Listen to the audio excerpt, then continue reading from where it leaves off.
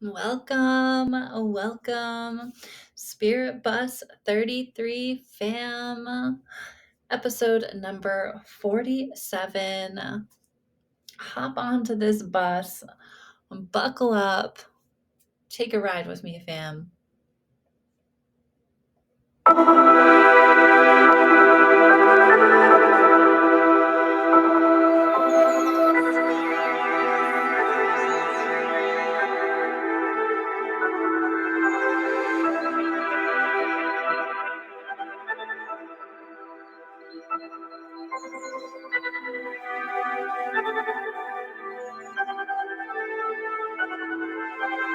Your spiritual beings having a human experience.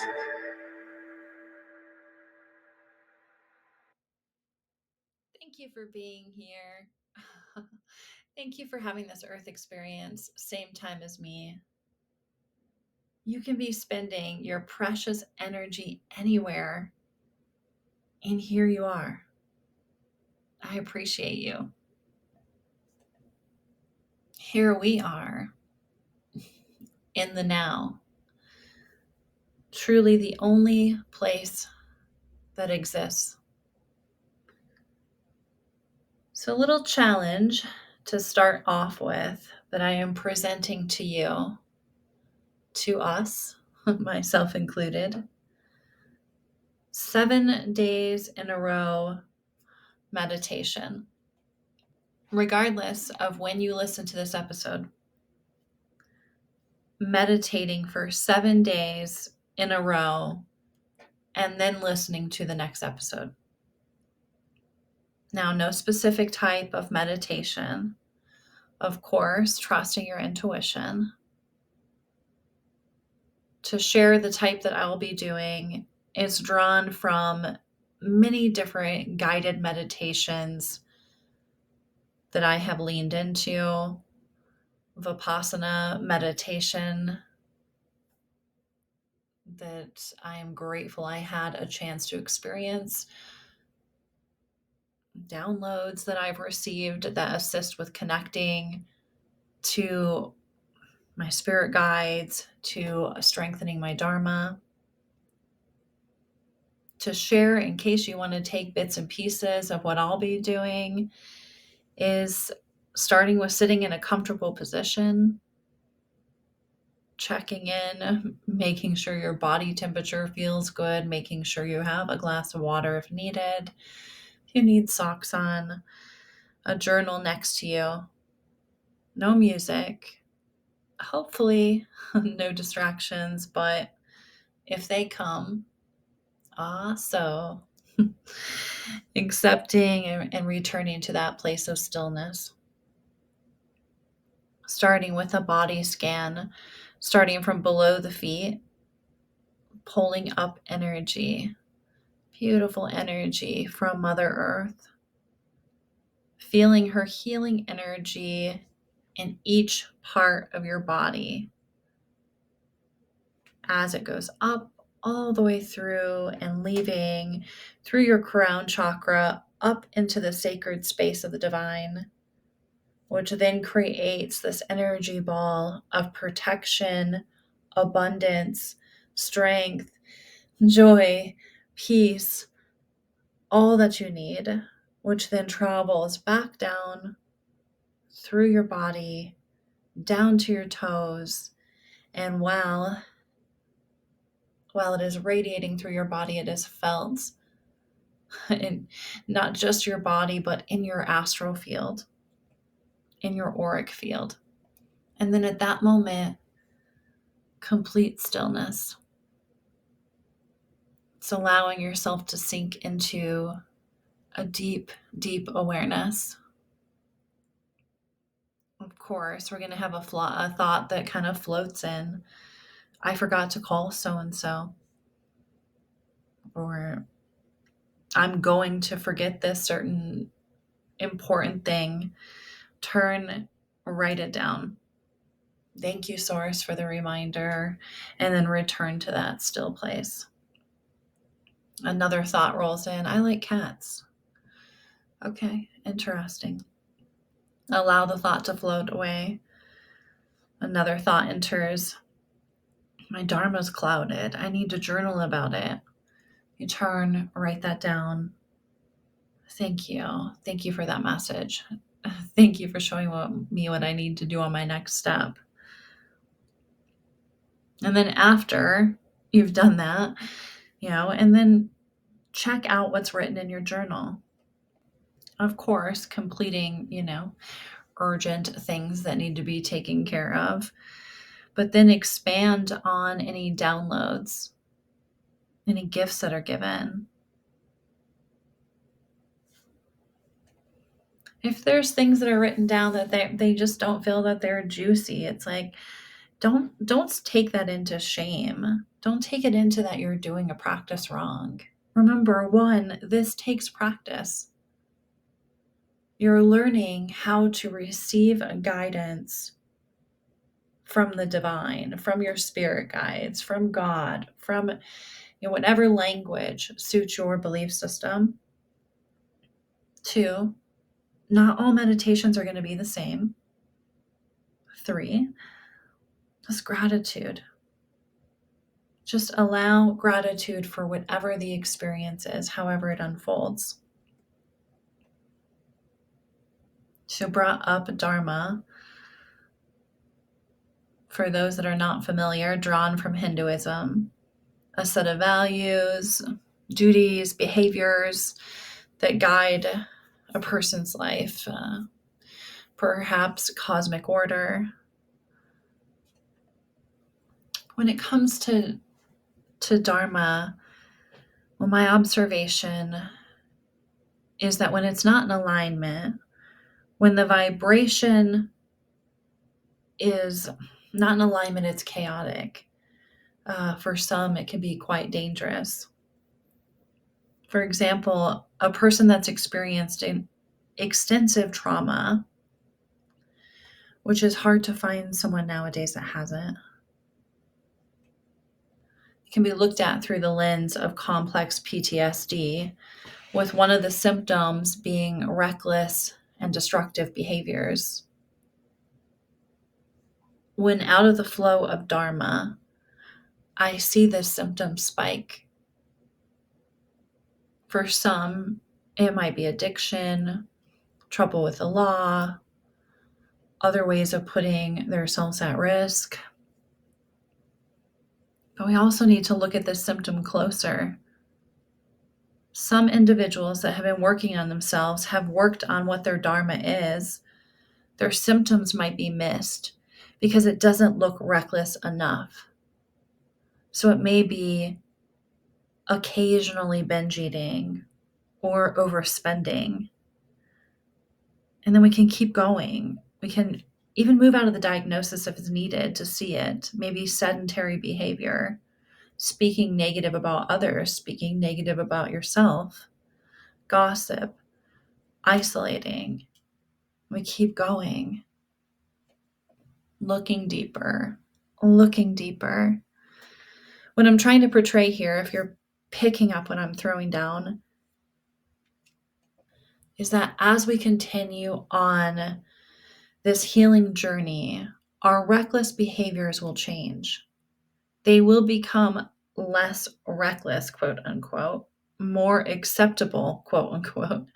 However, for those of us on the spiritual path, we can see that they're all still a reflection of not being aligned, of our Dharma not being balanced. It's so easy to see, or easier to see, when maybe you steal a car and drive to Mexico, but not so easy to see perhaps if you isolate by keeping yourself so busy to avoid connection due to possibly another symptom, hypervigilance. How do we heal this? First is understanding your own Dharma. Let me move out of that word to describe it a different way and simply say understanding your own moral compass, a self-inventory, so to speak, which takes a lot of awareness to be able to see yourself, to observe yourself, to notice when you are not acting within your own moral compass. This work is complex because sometimes it appears boldly. You observe and you know for sure that you're out of alignment, and then time to work on that. Other times, you realize that something appears out of alignment, but it's not. It's someone else's moral compass that you have taken and morphed into your own, and then have to release the attachment to it. A conditioning. A complex journey, shadow work, deep transformation, which is going to look different for everyone. Also, not everyone's going to want to. Not everyone desires to go on this trip. Some, like myself, will be presented with synchronicities, downloads that will not quite allow any other way. And for sure will not allow us to return to past reckless behaviors. They will not be enjoyable. They will feel quite the opposite because there is this loud knowing that that solution, that past solution, is no longer an option. Truly, this can be described as a deep knowing and understanding of self. Yes, this human self, but really beyond that. What is forgotten when we enter into this earth experience? It is a knowing of our consciousness, of our true state of being. Epictetus states, "No man is free who is not a master of himself," which brings us back again to Dharma. If we do not understand our own set of values, attributes, morals, how can we truly master the self? Mastering the self, understanding our own consciousness, helps us heal from shaping experiences, traumas. We realize deeply that these experiences have taken us away from ourselves, our true nature, loving awareness. Now I must take a sharp right here. Our relationship with ourself, our understanding, our dharma, our moral compass. It does not mean that your neighbor, your family member, your friend, etc., is going to have the same experience. While judgment might not align with your moral compass, it can be tricky. You can see that this earth experience seems to be filled with incredibly destructive division over whose reality is right. Don Miguel Ruiz Jr., Mastery of Self, shares, "When you become attached to an object, idea, or belief, you make it a part of you, of who you are. Then once the fog has lifted, your vision is obscured. You will no longer see the humanity of an individual who doesn't agree with you, as can you only see the personification of an idea that you stand against. When your mirror is clear, you can see the divinity in everyone." So, fam, while this is how I interpret my reality, perhaps you resonate, perhaps you don't. Either way, I'm honored to be heard, to be seen, which is a beautiful sadhana of mine. Sharing helps me heal. And what a blessing if it helps another person. For those that have had a difficult week, you're not alone. We've got some new energy rolling in, Venus a retrograde, and with the full circle coming back to the beginning of this episode is Venus is really getting back in touch with what you really value, your Dharma. So, an important journey. I invite you to journal on what Dharma means to you. If that language doesn't resonate, what is your moral compass? Are you out of alignment? Are you holding on to someone else's moral compass? It's an important part of getting to know ourselves, an important part of mastering the self, of loving the self. Let's do a reading. First from Don Miguel Ruiz deck, the Four Agreements. Be impeccable with your word. Create a beautiful dream. Your word can create the most beautiful dream, or your word can destroy everything around you. Impeccability of the word only creates beauty, love, and heaven on earth. A reminder that our words to one another matter in all contexts, even when the person's not present. Our words are spell casting. We're constantly creating reality with what we say, the way we say it, our face expressions with it, our body language. 3 cards from the Osho deck. First, creativity. I do believe that one of the deepest healing outlets that we have is our creativity. And this comes in many different forms, and everyone has a unique expression. I do think that many times, though, through this earth experience, we get really small. For some of us, there's no desire to share our creative works with other people, which is fine. That everyone's creative expression is different.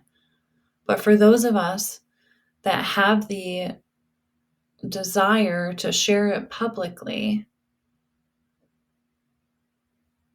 if you're feeling small, if you're feeling imposter syndrome, if you're feeling worried about other people's perception, this is a great space, a great time period, a great opportunity to lean in.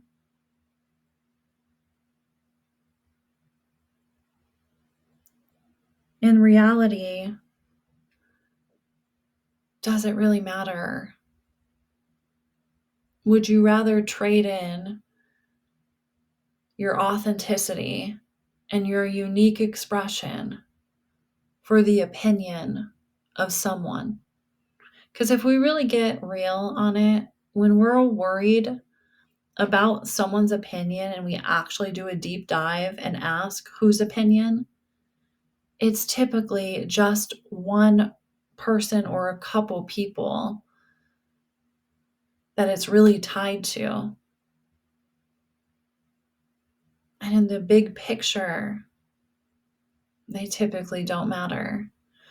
Because it's not that you're doing any harm, through your creative expression, as you're sharing yourself uniquely, you're really connected with your Dharma, with your moral compass.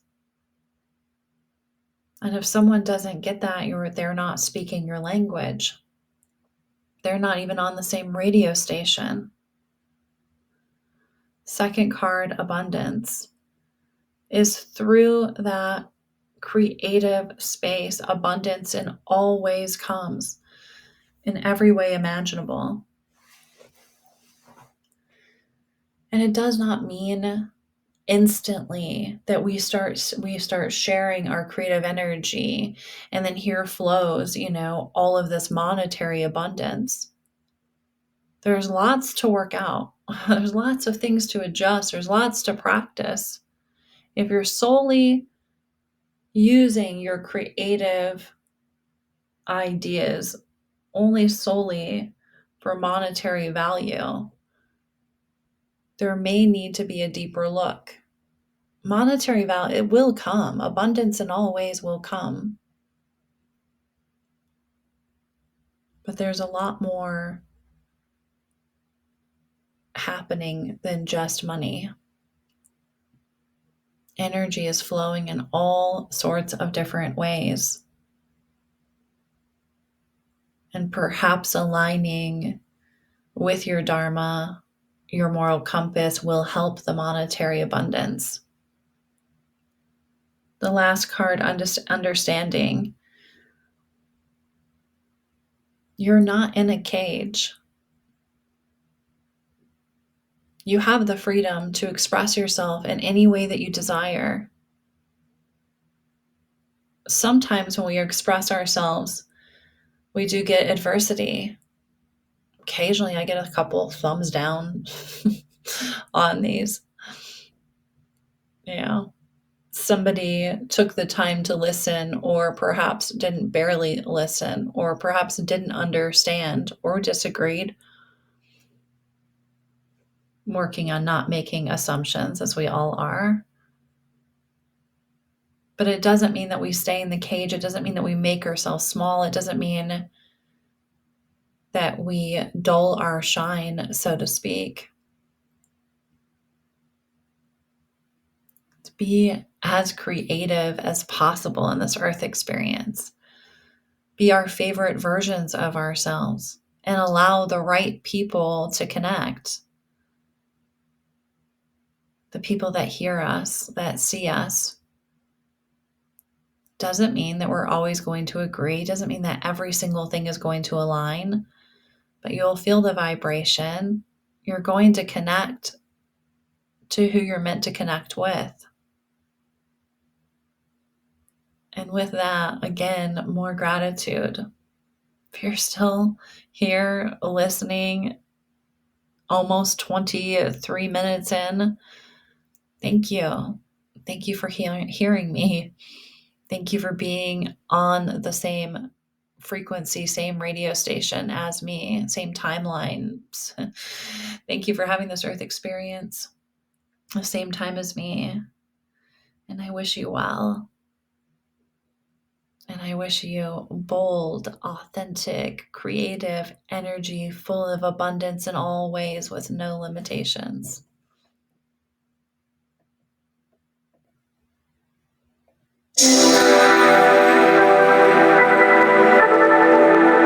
Thank you for tuning in.